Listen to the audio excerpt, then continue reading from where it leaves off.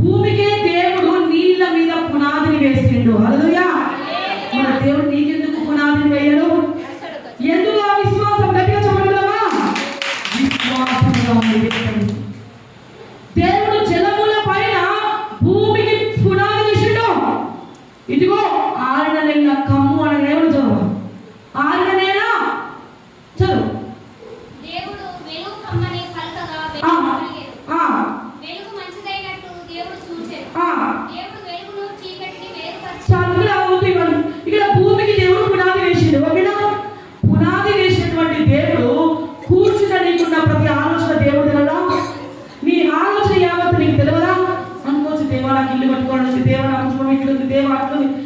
దేవుడు జగత్ పునాది వేయడానికి నువ్వు తెలుసు దేవుడికి. నీకు ఏదైనా బాధ వచ్చినా, శ్రమ వచ్చినా, వేదన వచ్చినా, కష్టం వచ్చినా ఒక్కటే, మనుషుల వైపు చూడకు. హల్లెలూయా. జలములపైనే పునాది వేసినటువంటి దేవా, జగత్ పునాది వైపు నీకు తెలుసా దేవా? నా బ్రతుకు మొత్తం నీకు తెలుసయ్యా. నా జీవితం మొత్తం నీకు తెలుసయ్యా. ఇదిగో నా యొక్క ప్రతిదీ కూడా నీ చేతికి అప్పగించుకుంటానయ్యా. హల్లెలూయా. దేవుడు నిన్ను పేరు పెట్టి పిలుచుకున్నాడు. నిన్ను సంఘంలో కూర్చోబెట్టినంటే దేవుని యొక్క శక్తి నీ మీద ఉంది కనుక ఈ రోజు ఇక్కడ కూర్చున్నావు. హల్లెలూయా.